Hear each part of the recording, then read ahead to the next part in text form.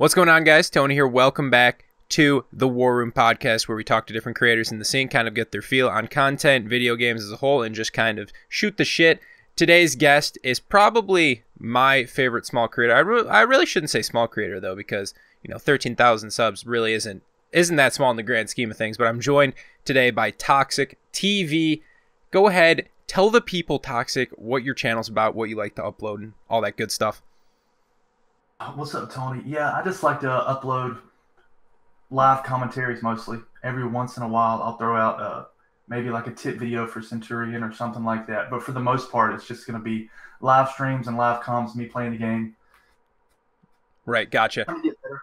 Yeah. And before we kind of get into like the main thing, we kind of spoke very briefly about this before we started it, but we got to talk about the live stream that you just had. You did a live stream where you went to hit rep 60 with Cent, and it was pretty crazy because by the time I got home and I like saw your stream, I was like, all right, I'll tune into the stream. You had almost 500 viewers, and then when I made sure to tell people in my Discord to go try to check it out, and I think you ended with 669 viewers was the highest I saw it go to, and then you hit rep 60 on your Cent. People were giving you donations. The chat was going crazy. It just seemed like an absolute insane time. So what was kind of going through your head during that whole live stream? And dude, it was crazy because I had a feeling. I was like, all right, we're about to hit rep 60. So I tried to do it the night before, but when I'm playing, because I pretty much play just duels, sometimes it can take a while. So I'm like, all right, I'm not going to get it tonight, but this is it. We're going to hit rep 60. So I was like, this is probably going to be a pretty good stream, hopefully. So it was going good, and I just kept kind of looking at the numbers like, oh, there's a lot of people in here, bro. So my main focus was like, just play cool, don't freak out, and people started donating left and right and keep it together, Yeah, I mean, at that point, it's kind of almost hard to keep your composure. It is, man. In the past 2 weeks, I've had some crazy streams, and I'm super grateful for all my subscribers, everybody showing all that ridiculous amounts of support. It's been crazy. The main focus has been like, all right, just keep it cool. Play it cool. Been trying to. Easier said than done, though. Yeah, no, definitely. Sometimes you just kind of glance over and you're like, oh crap. But like I do with every channel, I do a little digging, go back to see, gotta see your roots, where you first started, what you made videos on in the beginning. I saw you kind of started your channel a little bit of Rocket League, a little bit of Gears of War 4 stuff. So my curiosity is why did you kind of start doing the YouTube videos, and then specifically on those, and then kind of what made you stop and transition towards the For Honor videos that you make today?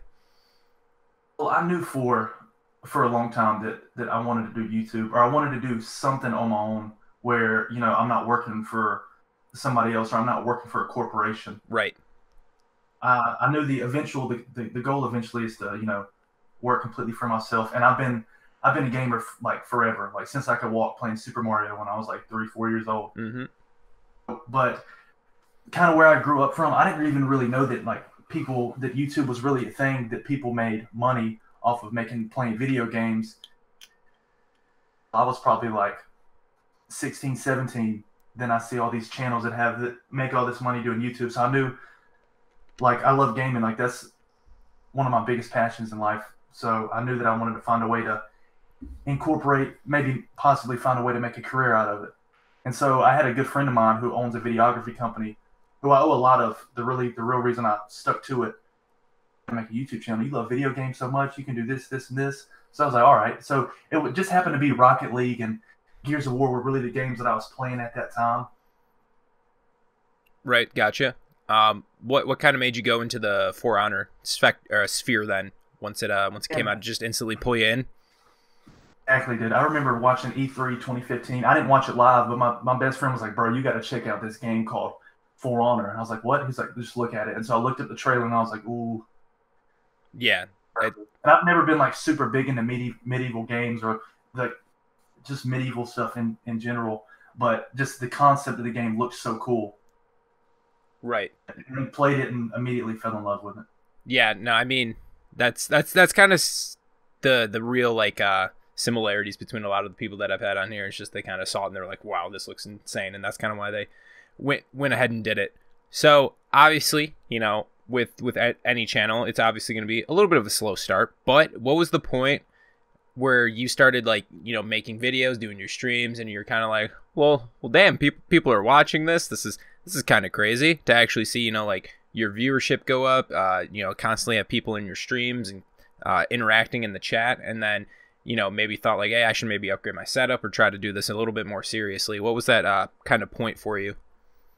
It was pretty cool because my original setup was just in my kitchen on my dining room table. I had a TV and I had like a $200 laptop that could barely keep it together. And it was probably well over the first year. I wasn't really getting any kind of views. It was a struggle because it still took a lot of time, but I wasn't really, I guess, seeing anything. And that's not really until I started to play For Honor and really start to make consistent content. And then I made one video. It was just like really a troll video. It was called Sent Mains Be Like, where I was just like a character, just trying to be as douchey as possible to play a character. And that video had a bunch of views, and it had like 4,000 views really early on. And I was like, oh my goodness, what is this? All my friends were like, bro, that video's blowing up, which, I mean, different, but that video was like, okay, now here's my chance. But I almost quit doing YouTube right around that time because like I had been doing it for over a year and it took up so much time and I wasn't really seeing anything from it. I sat down with my fiance. She's been a great support through the whole YouTube thing because working a full-time job is, you already know, you have right.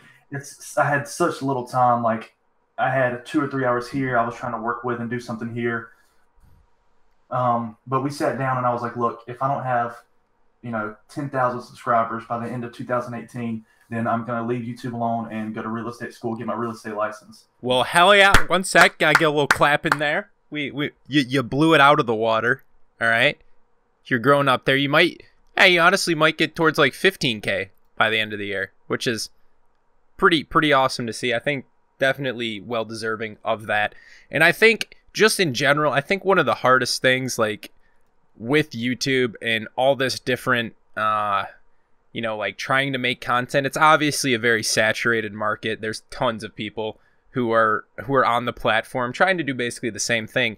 Gaming, obviously, too, is very saturated. So it's always a little bit difficult when you're first starting out to, like, just, even if you're making the greatest videos ever, that no one sees them and whatnot, and that can be pretty demoralizing. And I have quit my fair share of YouTube channels before actually sticking with this one, which I almost quit this one too, which I actually did for like a few months and then I came back to it. So it's always hard to kind of do it, but consistency and just continuing to do it, continuing to have fun is really important. Obviously, as you get a little bit older in life, it's not always as easy as just saying, okay, I can just keep doing this, but because you have other responsibilities. But anyone out there who wants to make vids, I just say you just got to keep at it, and it's going to be a little bit of a grind.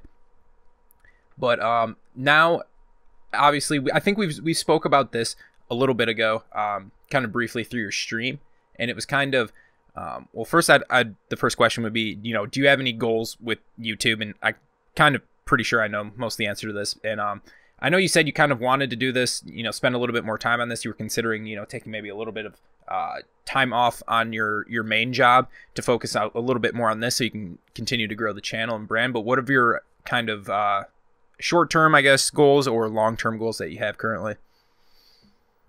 As far as definitely the long-term goal, you already know, man, it's to make where this is my full-time gig. That's the plan later on down the road. I set little milestones for myself, like I want to have this number, subscribers by this amount, just to set little goals that I'm pretty sure that I can achieve. Just because I feel like, me personally, it helps me stay motivated to have like the 10,000 subscribers goal by 2018. Once we hit that, I was like, okay, maybe I should start setting these incremental goals, because it's just another factor in staying motivated to do this, which there's so many factors. This is really easy to stay motivated lately for me. Yeah, especially with all the support and everything. Yeah, it's a lot of people like will tell you not to really set goals, but I almost think that setting goals is honestly really important, because you don't want to be. Some people are just like, don't look at the numbers, whatever, just do it, and then eventually they'll come. But honestly, if you have a goal in mind, it's just going to motivate you, like you said, to go even further and try to continue to, you know, grow yourself, and actually gives you kind of like a tangible thing to look at in the end. Now, moving on from that question, you know, I want to talk about your content as a whole. So I'd say your content is almost pretty closely related to the type of stuff I like to upload as well. You know, you're into that gameplay commentary stuff. I see a lot of outfit customizations you do, and just kind of that whole type of shtick of the daily commentaries almost. Kind of what made you want to do this type of content versus, you know, all the other content that's out there, you know, like the meme-tages, or just like, you know, duels with no commentary, or just anything else in the specter. Well, you were definitely a motivation in that as well, because I have been, you know, I've been watching For Honor, like, YouTubers since the beginning of the game, you know, trying to find like tips and stuff like that. Mm-hmm. And I knew that if I made videos, it was just going to be, I wanted to make videos that were, if I want to say personal, but that were me being myself, you know, still have consistent uploads. So I tried out a few different things. Like I tried making some like tip videos or some montages and stuff like that. And daily live commentaries were kind of just what I liked those videos the best, and they seemed to get pretty good reception. So I was like, I think this is going to be the way to go with it, because like say I'll have, and plus to me they're easier to make because I can just be myself. And at first it took a little while because, you know, you're trying to focus on playing the game and it's hard to talk at the same time. Oh yeah. And I still go through that. To me, those were the easiest videos to make that I thought were, that I liked the most, that I were. Right. I feel you on that. So I mean, we can kind of transfer this. This is kind of almost somewhat similarly related. I know that you obviously, you've told me before that you've picked like characters that you've made specifically on, you know, like looks and customization, things that you looked cool. Now, before I get into this next question, I just say, have you determined if you're going to rep up another character to 60, or are you just kind of going to go with the flow and just kind of play whoever and not worry too much about the grind with another character? I was, you know, before we even started this, I was struggling, still trying to ask myself the same question, because I'll be like, all right, you know what, I'm going to do Lawbringer. I'm going to get Lawbringer up to rep 60, and I'll play 2 matches with Lawbringer, and I'll have fun. You know, even if I lose, I'm like, all right, that's a good fight. I could have done this or that. But then I'm like, man, I miss Sin. I want to go back to Sin. I thought about Conquer because I like playing him. He's fun, but to me, he's just too good. I can't see myself spending that much time on him. I might just kind of, like you said, go with the flow, and I'll still make Centurion videos for sure. Right. So, I mean, I guess that kind of brings up another question. I didn't have it written down, but would you like to see the max reputation increased? I know you literally just hit 60, but at least it gives some sort of other tangible goal to go towards. And if you do want it to be increased, what would you think would be an appropriate like max rep reward for them to throw out? Would it be like another effect or some special outfit that you get? What would you kind of think about that? I thought about this before. I would want them to see it increase, just because Centurion's just my favorite character in the game, so I want to have more of a goal to push for. Remember whenever they came out with a sulfuric sparks, I was like, I thought it would be a cool idea if they came out with some type of execution that was like, could use, I don't know how they would animate it or put it into the game or program it, but like something like, say if you kill your opponent, then you step away and a giant spike or bolt or something comes out of the sky and crushes them, like an execution or something that could go along with every character. I think would be pretty cool. Yeah, I think that'd be cool too. Just like a quote unquote rep 70 execution that's, you know, specific to that, but it would have to actually look really nice and kind of be unique. The one thing that kind of grinds my gears slightly is that although sulfuric sparks is pretty solid and it's a cool execution, with the release of like that Crimson Conquest effect from the arcade mode, that's just essentially sulfuric sparks but just red, and it looks pretty good itself. So it kind of feels like that the whole reward for the rep 60 wasn't quite as good, but that's just probably me complaining. I get it, because I mean I like both of them, but I like red better than yellow. So same. I was like, okay, this is kind of cooler than sulfuric sparks. Yeah, It's still cool the same way. that you get this reward for 60, but Yeah, it's cool to at least get something. I feel like you can't just increase it just for the sake of increasing. I think it, obviously you want to create the players to have more of a will to want to grind and rep up their characters. But now transferring into the main question, obviously. So you do play Cent, I don't know per se how Cent performs on console really, but on PC, not that great, to be completely honest. Everything's pretty reactable, and you can, just kind of be pretty patient against the Cent, and then he doesn't have too many great opportunities. Like kick is pretty easy to dodge, and if you're just pretty patient, you won't get caught by the soft feints. Now, I just wanted to get your thoughts if you think any changes should be brought to Cent. Do you think he would need a full rework eventually, or maybe just some minor tweaks and changes to him? I think he definitely needs some minor tweaks and changes. I've played a few reps on PC, and they were all with Cent, and there's a huge difference from Centurion on PC to console. Because on console, I can like constantly throw different time heavies and just constantly be applying pressure and not really even think about they'll parry an attack. Like 1 out of every 10 attacks will get parried, but I can just keep putting pressure and play real aggressive. I think it'd be a good idea if they let him where he can feint his zone, but after the first swing, but they may have to tone down the damage a little bit because I believe it's guaranteed. If you land the kick, the first swing of the zone is guaranteed unless it's a static guard here character and they're blocking to the left. Mm-hmm. So I think it does, I don't know, maybe either 20 or 25 damage. I know it does a full bar damage. Right. Make it where he can feint his unblockable a little bit deeper into the animation would be pretty. Hopefully that when whatever rework comes out with Shigoki, it goes out well, and then Centurion will get the same treatment with his unblockable heavy.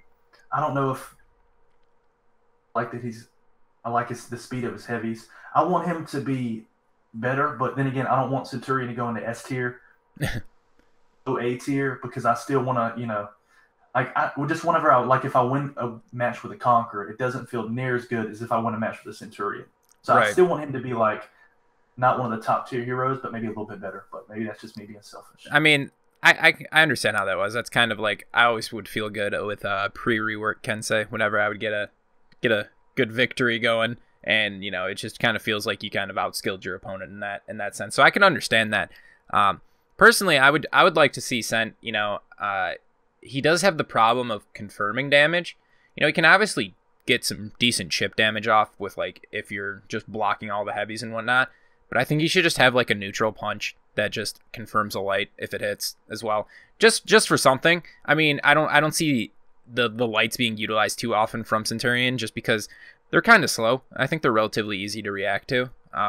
But and you don't see a lot of sense using them just because the speed mix-ups of the heavies is a little bit different. So I think pretty much all characters should at least have some I don't know, unblockable hit, kick, or punch thing that will confirm a light attack, and nothing more than that, but it's just at least a way in case you have someone who's just turtling up against you to try to break through that wall. Yeah, I definitely agree with you on that, because even you have certain people with Centurion, it's pretty easy to dodge. Even on console, it's easy to dodge the kick, even if they delay it. I mean, I still catch people slipping with it a lot. I guess because I throw the kick so many times, I try to delay it and make them think that I'm going for a guard break, or it and make them think that I'm going to go for a guard break. But it's pretty easy to react to. So something with the punch. The punch is pretty much useless unless you land a. Yeah. So I know you currently don't play on PC that much. You were gonna go actually saving up for a PC, but I wanted to kind of get your opinions as primarily a console player on what you think about the state of console For Honor. I want to know, is it because myself, I mean, I have a PS4 and I have maybe 2 reps on it total, but I'm just wondering, is it truly as bad as people say it is? What do you think Ubisoft could do to improve the livelihood of their game on arguably its biggest platform? Because console is definitely has a higher player base than PC. If you've seen any of my streams in the fucking queue times, those are those are pretty long. But what do you think about console For Honor, and what do you think they could do to kind of improve it? It's rough because they've already said 60 FPS is not going to happen, and it's separate balancing. that's not going to happen either. Right. It would be nice if they fix the only thing that really bothers me the most is input delay, because it happens a lot of times where I'll throw or I'll try to or I'll throw a heavy or I'll try to parry an attack, but I maybe miss the timing just a little bit. So I'll block my opponent's attack, and once the animation is over, my character will still throw a heavy attack. So it's like the input delay messes me up sometimes, along with parrying and stuff like that. Since I got the monitor, it's helped a lot. Some of those 400 attacks, man, you just got to guess. That's all it is on console. You can't react to the 400 millisecond attacks on console. At least I can. I mean, I'm sure there's people out there who have reactions a lot better than mine. I feel like I'm old for a gamer, 25. But yeah. I'm scared because I'm scared to go over to PC, which I still want to play both, because PC just seems a lot slower.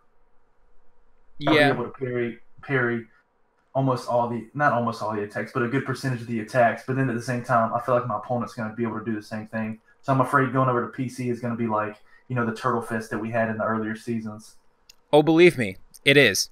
There's, you get occasional like people in there that are pretty aggressive.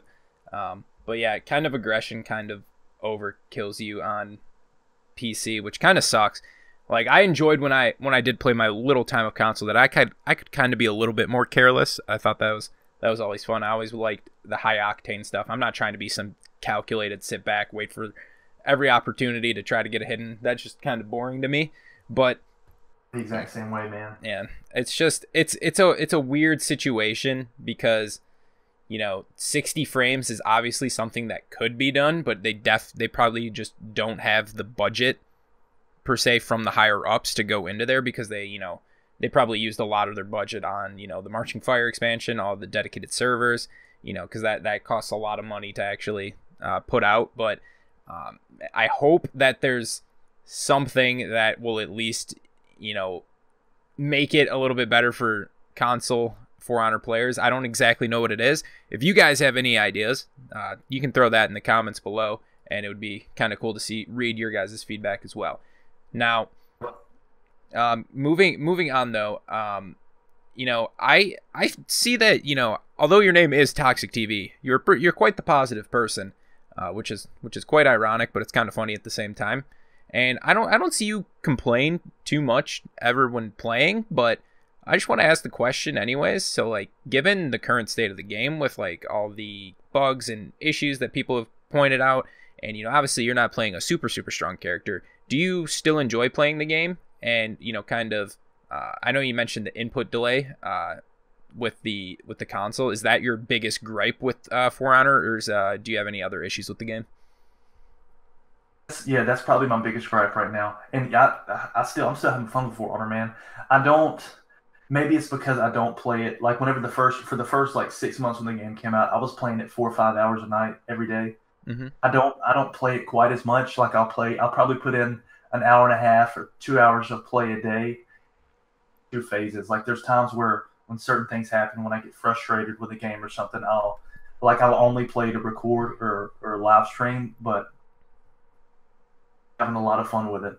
I'm still having fun. Especially, dude, I'm gonna be honest with you, since I got this monitor. I don't know if y'all are listening. If you play it on a TV, if you have the opportunity to get a monitor on console, I'm I'm still kind of astonished at how much of a difference it makes when it comes to input delay. Yeah, I when I heard that you were on a TV, I was like, oh no, that's a lot of your issue, because I mean, depending even how new the TV was, the response time on it is still probably really high. It was probably upwards of 20 ms, which doesn't sound like a ton, but to have basically a monitor with like a 1 ms response time to basically, as you perform an action, the action happens. That's very, very important, especially when it comes to gaming. So yeah, definitely underestimated how much of a difference it would make. Mm-hmm. Well, I'm glad that you are still enjoying the game. I kind of enjoy it more now.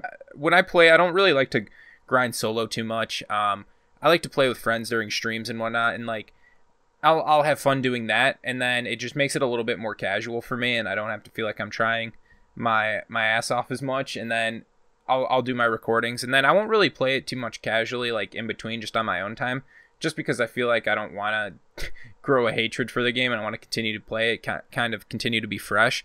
And if that means that I'm not, the first rep 60 max person on every single character, that's just fine by me. But yeah, I think smaller dosages of the game and even taking breaks from the game are always a good thing to do. So I'm glad to hear that you're still enjoying it, though. It helps a lot. I mean, and honestly, most of the time that I'm playing, I'm either recording or streaming. But there's been times in the past where I'm recording and I'm like, man, I'm not having fun. I'm just on here to make a video. But like usually when I'm streaming, I'm having fun regardless because I'm talking to the chat and stuff. But as far as recording, but lately, the past couple months, man, even when recording, I'm having had in the past few seasons. Yeah, I would agree. A lot of, some days are just better than others, but that's good to see you're having fun. And I know this next question, obviously it's been thrown around a lot. I like to ask it to every guest that I have, just because it's relevant to the game and whatnot. Dead game, basically everyone has said, and people continue to still say it. Now, I'm just out of curiosity, I'm wondering, do you think the game is too far gone to make a comeback? Some people have been getting a little bit more hope after we had that one Warriors Den with Stefan and the transparency, but the game is always kind of a roller coaster. It's like sometimes you feel like you get back up just to get knocked back down by something. But what are your personal thoughts on the state of the game? To be optimistic, I would love for this game to have a huge comeback. But at the same time, to try to be, got to be realistic. We're closing in on, we're a few months shy of 2 years, I believe. Mm-hmm. Have a little bit of resurgence if we get some more balance changes and stuff like that. But I think the people who are playing, I think the only people that are playing now are the people that really love this game, that have been playing it for a long time. I don't know if like a few small balance changes and stuff like that. Like I don't know if a Lawbringer buff is going to bring somebody back who hasn't played in 6 months. You know what I'm saying? Right. And it'll have little resurgences here and there when we get new content. I just don't think For Honor, this game, is going to have as big of a comeback as we want it to. Right. And I kind of talked about this with Spliced, and it's just that you can't just pick it up and play. It's not really that type of game. It's not like Call of Duty, right? Everybody's pretty much has played an FPS at some point in their time of gaming, so it's it's familiar. It's an established genre of a game, so you can pretty much know what to expect on that. But there's still a bit of like randomness to every single match. And this one, it's got quite a learning curve, I'd say, at least in the beginning. And then even more so towards the end, like the super, super high, like capped players, or, once you first get past that, beginner stage, and then you get to the very high stage, it takes a lot of time basically for you to put in. And, with some of the issues in the game, I don't really see too many like new players wanting to like go through that huge grind. Like I have friends who would occasionally play it with me, but, it's kind of hard to see that, not new people are going to be joining in as frequently. That's what I'm thinking. I mean, but that's part of the reason that For Honor dragged me in at the beginning, is because how different it is. Because I played fighting games my entire life with all my friends. We'd all go over to somebody's house and we'd have little mini tournaments and stuff like that. And I've never been good at them. Always sucked at them. I'd play for hours and hours and hours, like Mortal Kombat, Marvel vs. Capcom, and I never really got a real good grasp of the concept of the game. And For Honor is just different. I mean, like you said, you can't just hop in and be max and knowing what to do. Like, you're going to start playing the game and you're going to throw like light, heavy chain or something like that. But that's why I think, like you said, it's hard for, I don't know if I see a lot of new people coming in this late in the game, just because of how like the good players, how far they've come. Like now we really see how it is, and how it's really different than really, like, it's almost like it's close to a fighting game, but then it's not. It's in a genre of its own, and you really see the complexity of it once you start to get, once you put 10, 15, 20 plus reps in, you start to see how complex the fighting system is. Right. So yeah, definitely, I see what you're saying. Yeah. Although I will say one thing, for that is that people still enjoy watching the game, obviously, because people continue to subscribe and watch people's videos. It's got that kind of weird thing, just like people almost enjoy watching the game more than they do playing it. And I think another game that's like somewhat similar to that is Dead by Daylight, which is another game that I kind of play. And it's like, although that one has a larger player base in general, when you look at just the amount of people who would watch it and like on streams and whatnot, it's just even higher just because like it's a cool game, obviously, but a lot of people don't put in the time to get to that like higher skill cap. So people still watch the game though, which is cool to see.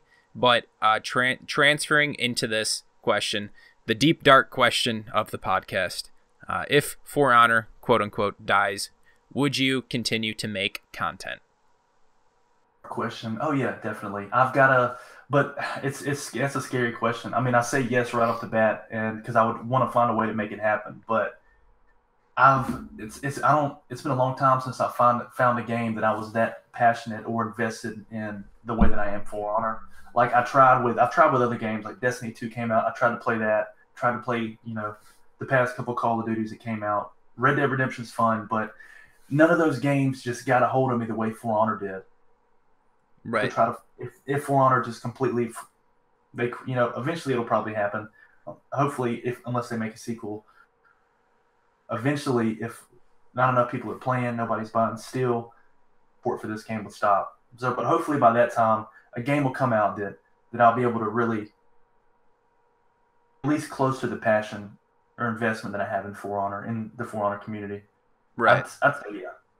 Yeah. So, always the video, like putting up different games is always a challenge too, because one, it's not like you just like there's the opportunity to potentially just like post like new games as they come out, but it's like you obviously want something to grab you, and then there comes the fear. Obviously, you've established a community on a certain game, but trying to put on a different game onto your channel, it's essentially like starting from fresh because you're in one niche and then you're trying to expand out into a different one. So that's also kind of scary, but it's comes to the point though, once you see that you're trying to grow your channel basically for yourself, your personal brand, other than just like the game. So if people are watching for you specifically and not just for the game, which I would say a lot of people are watching for the creators, and I would say for you as well. So you should be okay, uploading other games as long as like, the people are coming there for you and not just and they'll watch whatever game you're playing. Yeah, man. Like I've gotten good feedback, anytime because I've tried to take advantage of the community tab and make polls and stuff like that. I've gotten good feedback anytime I've like talked about another game. But like I said, it's scary whenever, if you build a community, like you said, in one particular game, and then you upload another video for another game. Like I've done a video here and there on like Spider-Man or Madden, and it's scary because I'm like, man, what if I upload this and I know it's not going to do as well as For Honor, it just isn't, because that's where my community comes from. But then I get in my head, I'm like, man, what about this YouTube algorithm? What if, because I post a video of another game, the next time I post a For Honor video, it's going to get ranked lower than it would because I posted a game other than For Honor the day before that didn't get any views. But it's scary. But I've watched your other, all the other war rooms, and I see you talk about it, and it's like building, starting back over again. Yeah. And we'll have people who watch, who watch who watch your channel for you. Same people, I'll have people talk to TV who watch for me, not necessarily For Honor. Mm-hmm. So once the game comes out that I really want, and if For Honor does ever die, I'll start pretty soon. I want to start doing, multiple uploads like you do, but I've got to find a way to find some more time where I can do that, because right now it takes every bit of free time I have to be able to upload consistent For Honor, but I want to be able to do like you do, where I upload For Honor and another game. Yeah. You definitely need the extra time to do that, but and I think that to anybody who's like scared of like branching out into a different genre, it's I'd say it's almost essential, at least for the beginning, to upload multiple videos just to kind of show that you're still producing content for your one side of your fan base while also trying to procure a different side. But you said there hasn't been like a game really that's caught your attention since For Honor. Really, have you had your eyes like on the radar of any other games that are potentially coming out, maybe that you would like to be like to potentially produce content on, or maybe just like to play in general? Oh yeah, Anthem looks pretty dope. So we'll see. I don't want to get my hopes up too much for that one, but Anthem looks good. Um, for beforehand for Overkill's The Walking Dead, but then I saw that then it came out, and I'm like, no, this ain't the one, bro. This ain't the one. That ain't it, Chief. But Honestly, I really because there's not too much. Like I was hoping Red Dead Redemption would be it, and I'm having fun with Red Dead Redemption, but I'm not having as much fun with Red Dead as at the beginning as I was when I started playing For Honor. So that's the only worry. But I mean, I know games are always coming out. Technology's getting better, faster. mm-hmm.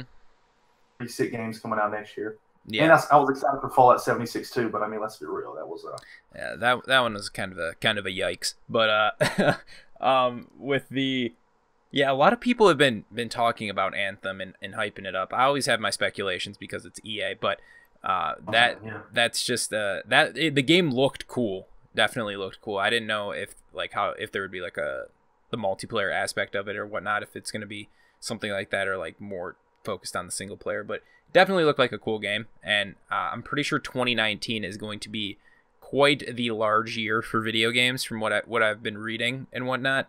So I think that there should be some pretty good games coming out there for content. the Division 2. My bad. The Division 2. I forgot about that one. I'm thinking about that one too. Because I spent a lot of time in the first one. Yeah, another Ubisoft title, and then there's I think Skull and Bones is coming out. Pretty cool. That's that a looks full like naval battle. Like, yeah, it looks like a game of its own. Because what was that other one that came out that had like the cartoony graphics? Those Sea of Thieves. I don't know about that one, but the Skull and Bones looks pretty dope. So, but we'll see. I'm trying not to get too excited before we hear any real before I can get a hold of a game, because I don't want to get super hyped up and then it be let down. Yeah, the worst part about a game is like with Sea of Thieves, I played it for a bit and it's like, man, the game was so fun the first 4 hours, and then I felt like I accomplished everything in the entire game in those first 4 hours, and then it was like, oh man, the replayability is just not there, which kind of sucked. But now we can move on to some more lighthearted questions. We'll go on to the rapid fire questions, to an extent rapid fire, but just kind of get your thoughts on just a couple quick off topic things really. What's your favorite game of all time? Dude, I've listened to I knew this question was coming because I've listened to all the war rooms, and I've been trying to think. I don't know if I have I've probably got maybe one for each maybe a time period in my life, like one from when I was a kid. My favorite game was probably even though I played it after it came out, was for the Super Nintendo when I was like a little kid. Ninja Turtles 2, Turtles in Time. I played that a lot as a little kid. Teenager, my favorite game of all time would probably be, sound weird, but Guitar Hero 3 Legends of Rock. I spent a lot of time on Guitar Hero. Hey, Guitar Hero that's a great game. That's pretty much all I played. As far as an adult, man, that's really that's a hard one. If in the next 3 or 4 years somebody doesn't come out with a type of game like with this battle system that For Honor has, if somebody doesn't come out and do it better, if you ask me this question in a couple of years, I'd probably say For Honor. I know it's got its issues and stuff like that in arts, but I've never spent close to the amount of time on a game that I have on For Honor. Oh, that's a respectable answer. Definitely take it. I mean, as much as I have my gripes with it too. I have like 1,500 hours on it, so it's like, I've put time in. So it's obviously a game that I've enjoyed as well. But now, next question is, if Mr. Toxic TV had his way at the Ubisoft headquarters, and they're like, hey, we want you to design a character in For Honor, what would your character be? Bro, no, I'm just kidding. It'd be probably a bigger fella, maybe in between Lawbringer and Centurion size, maybe a Vanguard with. I think it would be dope. It'd be like if somebody had. I know that I don't know if they do this, but like dual wield, like gladius size swords. Okay. That were still kind of. It wasn't like an assassin super fast, but this has some dual wield. Not peacekeeper. That's a negative, but a little bit bigger. I feel like that'd be pretty cool. You could do some cool stuff with that. Yeah, I think there's a lot of different avenues which they could take for making new characters. So obviously this past, I would say like 6 months or whatever, everyone's been hyping up, the Marching Fire and everything. I mean, they put a lot of time into it. Obviously the E3 reveal, all the characters, the new factions. What is your opinion on Marching Fire, and do you think it was a success, or do you think they kind of missed the mark on it? Personally, I was glad to see the Wooland. Like, I was glad to see that, okay, they're working on new expansions and stuff for the game. So I was hopeful that it would be, bring returning players or bring people back to the game and get people excited to play again. But as far as me, I wasn't really impressed with the Wooland. I thought we were gonna get like some Persians, which, I mean, the Wooland are cool, but for some reason I'm not a big fan of the characters that show their face. I like how they did in the beginning, like how some characters, well, like my favorite characters are the ones you can't see their face. So it's like, I don't know, maybe I like the RPG type games where I can imagine that my character looks however I want him to look because you can't see his face. But with the Woodland, you know what they look like. That's their face. That's what they look like. And as far as like the play styles, I mean, I guess they're cool. I thought I was going to main Tiandi when he came out, but the day he came out, I played it for 3 or 4 hours and was like, I don't know. It's just not for me. Yeah, I thought the same thing. I was like, I'm going to play Tiandi, and then just didn't. Yeah. I mean, it's cool for the people who love 4v4. I've played it. I probably only played 3 or 4 matches of Breach, and it was pretty cool. It seemed different. I don't know if I played it enough to have,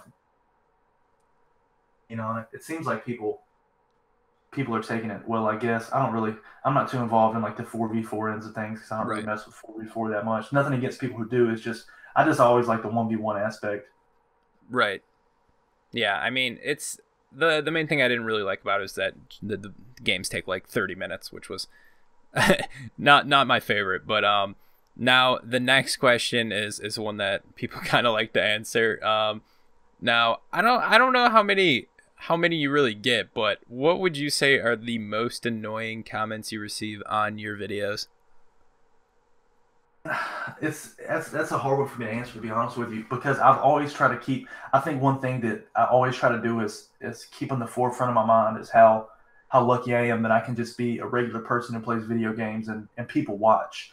So usually even the hateful comments, like every once in like oh, you suck, you're trash, but that's because I don't really even paying attention to those. Sometimes the ones that say, oh, your opponent was so bad or so trash or something like that. Sometimes those are a little bit like, this one game, bro. You really don't know. Right. I try to stay pretty level-headed when it comes to even the negative comments because I'm like, well, this is cool that even somebody who doesn't like me, this is still some random stranger who I don't know is, wants to come and watch and see what I'm doing. So I try to keep that in the forefront of my head, and that's why I don't really get fazed too much by the comments. But if I had to pick one, it'd probably be the one that says, "Yeah, your opponent sucks so bad," or "They're so trash." Yeah, no, I understand. That's another one. Understand you on that one. Now, what would you say is your favorite For Honor YouTuber and streamer? You don't need to say me for this. I don't want to have anything obligated to this. But are there any particular people who make videos and make videos is one thing, and then people who stream as like another question? So a two-part question. That's a hard one, man. That is. But favorite, if I had to pick one who was a YouTuber who I didn't really watch stream and just watch their videos, it'd probably be Illust Truth or Freeze. I know they're really different in the videos they make. I just love how his informational videos, and like he makes videos on bugs and stuff that I may not know about, and he gets them out there so more people have access to it. And his videos are just short, sweet, to the point. And Illust Truth, man, I love his personality when he does his videos. I love discussion videos on For Honor. Right. And he's just an entertaining guy to watch. Oh yeah. Streamer, that'd be hard. I love watching Talon Dillard just because he's a character. Oh, he is. He is a He's awesome. character. He's a character, all right. He's easy to watch and listen to. Like he's Talon Dillard's a streamer that I'll watch if I'm not necessarily watching the stream. Like say if I'm driving somewhere and I've just got my phone plugged up to my car and I'm just listening to it. He's just and another streamer. Most of my time, as far as looking on content on For Honor, is mostly just videos. Like I watch him. He's probably my favorite. I'd have to say For Honor streamer. Okay, Goes to Talon Dillard. that makes complete sense. He's a pretty entertaining guy, so I would definitely say that's a good choice. Now, what would you say is your favorite content creator? Period. Doesn't have to be from For Honor or video games even at all. Just someone that you like watching and you enjoy seeing their videos every time they come up. And that's probably Joe Rogan. He does a podcast, the Joe Rogan Experience. I don't know if you've ever heard of it, but I watch that on a regular basis. And he's just a cool dude. He talks to really interesting people, and he's just really good conversations and dialogue with people. And even he'll have people on that he disagrees with, and he can still have conversations and be friends with people even if they disagree. Like he's had some really interesting people on his podcast, and he's a pretty funny stand-up comedian. Yeah. Have you seen the episode or the clip with Joe Rogan with the apes about like how the apes are gonna come and like mug us and rape the people? Oh my god. That's gotta be one of the funniest videos on YouTube. That's just that one's hilarious. One of the funniest ones. But he makes a great podcast, I would say, yeah. Another one I probably would say is there's this he's a up and coming stand up comedian. Well, I'll say up and coming, he's pretty big. Is this guy named Theo Vaughn. Theo Vaughn, he does a podcast. Mm-hmm. He's hilarious. Yep, I've seen that one. He's probably my favorite. That's why I found him out. That's another reason I like Joe Rogan is because I find a lot of really cool people from his podcast. But Theo Vaughn he's hilarious. He does his own podcast. I watch that all the time too. Right. It's really funny. Yeah, I would agree. Now, Toxic, we are down to the big whammo question of the podcast. Should there, or could you see there being a For Honor 2? There better be, bro. There better be. Even if it's not from Ubisoft. Even if hopefully another AAA will. Somebody else, even if Ubisoft doesn't do it, hopefully somebody else will take the art of battle. Right. I think Ubisoft did something special with this one, or else there wouldn't be so many of us still playing this game almost 2 years later. I think if they did a sequel, they could probably not get it 100% right. It's Ubisoft, but get a lot of the things that they didn't get right on this one out the gate on the first one or on the second one. But I'd love to see a For Honor 2. Now, do you think that a For Honor 2 would have to institute? Because I know on my first episode with Illest Truth, he was basically said, we could do something almost with like a reinvented same cast, almost like, similar to that of like, MK or, Tekken. A lot of the same characters return in the different iterations, but the game's a little bit more polished, and, maybe they could have more polished movesets and like different game modes. Or would you like to see like maybe a different time period with like a different cast of characters? No, I like the cast they did. Whenever Illustru said that kind of sounds. I like that idea as well. Almost like how most fighting games do. Like whenever they come out with a sequel, you still have a lot of this. Not everybody, but a lot of the same cast. They have similar moves, but maybe mix it up a little bit. Mm-hmm. It's different because this game is like a fighting game, but then again, it's still pretty different than a fighting game. Characters that have like new moves and different stuff like that. Right. But I feel like I like the same around the similar time period. He brings some of the favorites back, but then that's scary because then you might be like, oh, they make this game and they brought back Peacekeeper and Highlander, but they didn't bring back Centurion, or Lawbringer. Which I feel like if they brought anybody back, they'd probably bring back. Lawbringer would probably be included in that. Yeah. But I like the idea of doing it like that, like fighting games do. They come out with a sequel. They kind of tone everything up a little bit. Make it a little bit more crispy, 60 frames per second for everybody. Oh, yeah. That's priority numero uno right there. But and it worked because I know they have to, you know. I feel like if For Honor 2 came out, hopefully a lot of people would buy it because I know it's a business, and Yeah. the more sense it makes for Ubisoft to allocate, resources and money to making it better.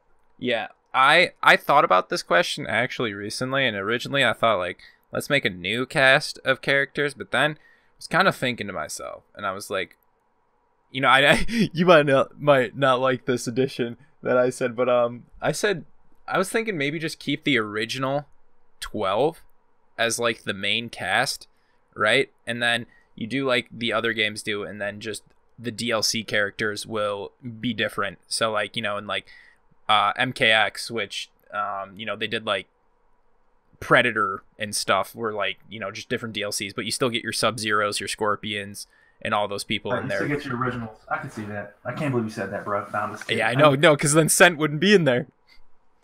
Oh, well, but I mean, from the beginning, I didn't know. I never knew. I guess I was going to play Cent till he came out, but I like that idea as well. As long as you keep Big Papa LB in there, and maybe make him a little bit different. But I like that idea. They can have like different factions come in, have that same 12 come in for the DLC, or maybe they could just add.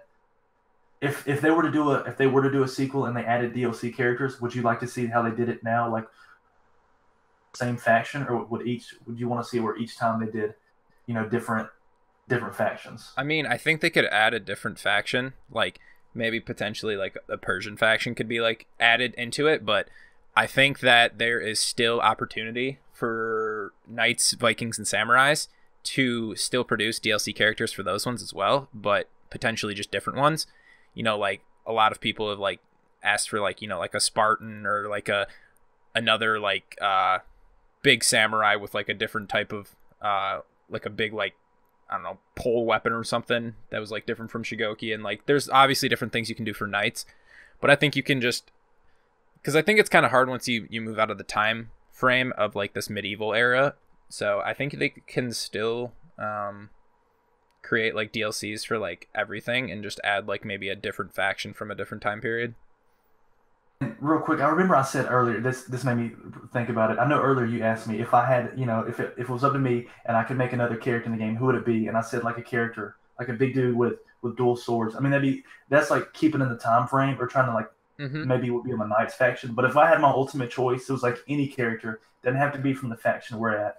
I would like to find out some way to incorporate, and the time frame will be different, which might mess it up, but somehow to incorporate like a Native American warrior. Okay. Maybe similar to the Berserker, because he'd probably have like, have some little dual-wield hatchets or something, but some way to incorporate a Native American, like an Apache. Oh, that'd be pretty sick. I think that'd be really dope. I'd main him, even if he was OP. Yeah. Yeah, I mean, it's all about the aesthetic at the end of the day. But definitely. Splice hit him on the head last week when he said he picks his character solely from who he thinks that he looks the coolest. I mean, I did the exact same thing, and I bet most of us did too. Yeah, completely agree, But that's going to wrap it up. We're pushing almost an hour here, which, man, didn't really feel like that. But thank you guys for all watching this. Make sure you guys check out Toxic TV. He pretty much uploads and streams pretty much daily. His links will be in the top of the description as well as in the pinned comment. If you have anything to shout out other than the YouTube Toxic, I'll go ahead and let you do that right now. That's it, guys. You can find me on YouTube, Toxic TV. I got Twitter, Toxic TV YT. I'm on Instagram now, same at Toxic TV YT.